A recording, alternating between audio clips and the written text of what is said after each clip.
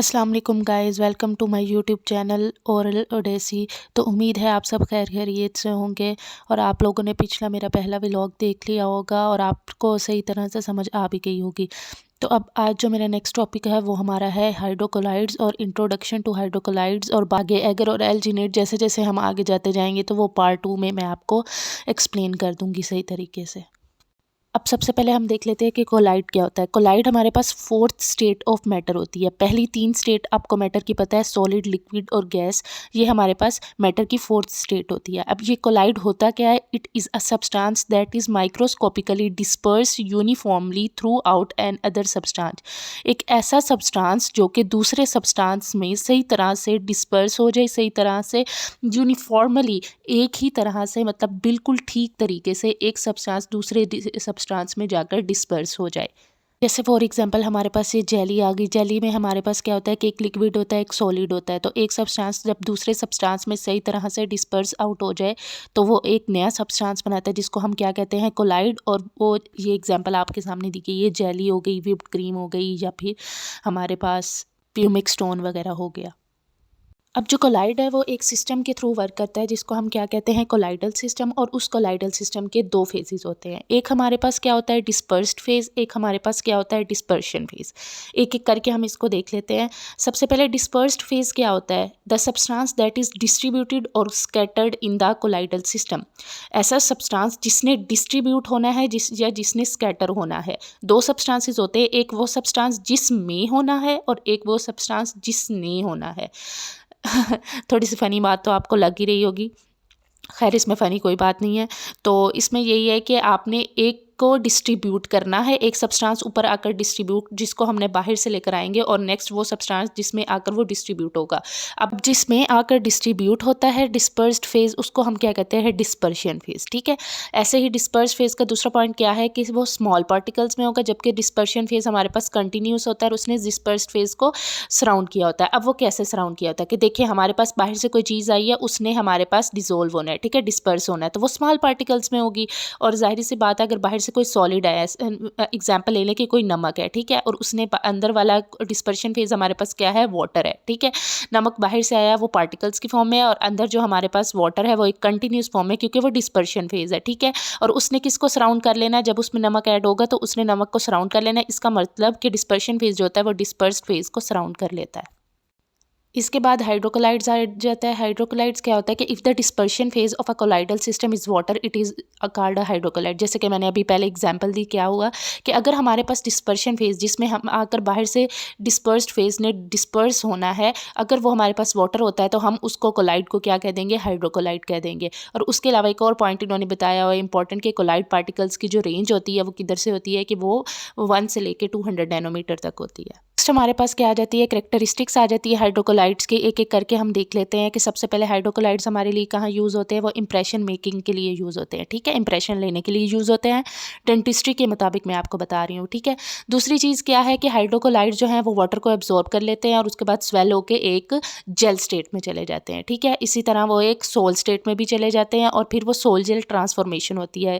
ठीक है। उसके अलावा डायमेंशनल स्टेबिलिटी इसकी करेक्टरिस्टिक्स में आ जाता है, और फ्लेक्सिबिलिटी एंड स्ट्रेंथ। अब हम एक एक करके इसको आगे देख लेते हैं, इनकी आगे फर्दर एक्सप्लेनेशन। सबसे पहले हम देख लेते हैं सोल क्या होता है। अब soul, a soul is a colloidal system where the dispersed phase is solid and the dispersion medium is liquid. Sol क्या होता है? ऐसा कोलाइडल सिस्टम जिसमें डिस्पर्स्ड फेज, जैसे कि बाहर से जिसने आकर डिस्पर्स होना है वो सॉलिड हो, जैसे कि नमक, और डिस्पर्शन मीडियम जिसमें आकर डिस्पर्स होना है वो क्या हो? लिक्विड हो। तो इसी ऐसे हम कोलाइडल सिस्टम को क्या कहते हैं? सोल, जिसमें एक सोल्यूशन टाइप बन जाता है। ठीक है। या तो ये फ्लूइड होता है या फिर एक सेमी फ्लूइड स्टेट आ जाती है। ठीक है। फ्लूइड ही होता है या तो मटेरियल, या फिर सेमी फ्लूइड हो जाता है। एग्जाम्पल में उन्होंने क्या दिया कि agar in a liquid state after heating, heat करने के बाद जो एगर अपनी लिक्विड स्टेट में होता है ना, उसको हम क्या कहते हैं? वो हमारे पास कौन सा जो सोल्यूशन होता है वो उसको हम कहते हैं सोल। ठीक है। ये आगे हम जब एगर और एल्जिनेट पढ़ेंगे तो मैं आपको मज़ीद डिस्क्राइब कर दूंगी, सही तरह से एक्सप्लेन कर दूंगी। अभी आप इतना ही याद रखें कि सोल क्या होता है। ठीक है। उसके अलावा इसके अंदर एग्जाम्पल इंक की दी हुई है, जैसे आपको पता चल सकता है कि इंक की कंसिस्टेंसी क्या होती है और किस तरह से वो होता है। हमारे पास क्या आ जाता है, नेक्स्ट हमारे पास जेल आ जाता है। अब जेल कैसा कोलाइडल सिस्टम होता है? Gel is a colloidal system where the dispersed phase is liquid and the dispersion medium is solid. ये अब उसके बिल्कुल ऑपोजिट हो गया। किस तरह कि इसमें जिस चीज़ ने बाहर से आके डिस्पर्स होना है वो हमारे पास लिक्विड हो गई है, और जिस चीज़ में आकर डिस्पर्स होना है, डिस्पर्शन मीडियम जो हमारे पास होगा वो सॉलिड होगा। ठीक है, अब जेल बिल्कुल भी हाइड्रोकोलाइड नहीं हो सकती, क्योंकि इसमें हमारे पास हाइड्रोकोलाइड में डिस्पर्शन मीडियम जो है वो लिक्विड होता है, जबकि इधर हमारे पास डिस्पर्शन मीडियम सॉलिड है। ठीक है, इसमें हमारे पास कैसे स्टेट होगी? एक सेमी सॉलिड होगी या फिर जेली लाइक स्ट्रक्चर होगा। ठीक है, और इसमें जो हमारे पास आगे एग्जाम्पल दी हुई है वो ऐसी दी गई हैं कि देखिए, सेट एगर और जेलेटिन आफ्टर कूलिंग, हीटिंग के बाद वो सोल में कन्वर्ट हो जाता है, और उसके बाद जब दोबारा कूल करते हैं तो वो किस फॉर्म में आ जाएगा? सेमी सॉलिड या जेली लाइक स्ट्रक्चर में। नेक्स्ट हमारे पास क्या आ जाता है? Sol gel transformation. ये क्या होता है? Sol gel interaction refers to the reversible और irreversible process of transitioning between the sol and gel state. Sol या जेल स्टेट के दरमियान जो भी स्टेट आती है, या सोल से जेल या जेल से सोल, मतलब जो भी उनकी ट्रांसफॉर्मेशन होती है, उनका इंटरेक्शन होता है, वो या तो रिवर्सिबल हो सकता है कि एक दफ़ा हो गया, उसके बाद दोबारा वो वापस सोल से जेल और जेल से सोल, या फिर इरिवर्सिबल कि एक दफ़ा अगर सोल से जेल में ट्रांसफॉर्म हो गया तो वो दोबारा नहीं कन्वर्ट हो सकता या रिवर्ट हो सकता अपनी दोबारा पहले वाली स्टेज पे। तो इस सारे इंटरेक्शन को हम क्या कहते हैं? Soul gel interaction. अब एक हमारे पास कौन सी? रिवर्सिबल ट्रांसफॉर्मेशन, और जैसे हमने ऊपर बात की, और दूसरी इरिवर्सिबल। अब एक एक करके हम दोनों को देख लेते हैं कि रिवर्सिबल ट्रांसफॉर्मेशन हमारे पास क्या होती है कि ये हमारे पास रिवर्सिबल हाइड्रोकोलाइड्स जैसे कि एगर, उनमें हमें जो है उसमें दिखाई देती है। ठीक है, ऐसी ट्रांसफॉर्मेशन जो हमारे पास रिवर्सिबल हाइड्रोकोलाइड में हमें नजर आएगी, जो कि हमारे पास एगर है, उसको हम क्या कहेंगे? Reversible transformation. और the transition occurs due to temperature changes. इसमें हमारे पास कैसे ट्रांजिशन कैसे आता है? ठीक है, हमारे पास सोल से जेल में कैसे ट्रांजिशन आता है कि सबसे पहले अगर हम हीटिंग करेंगे तो जेल से सोल हो जाएगा।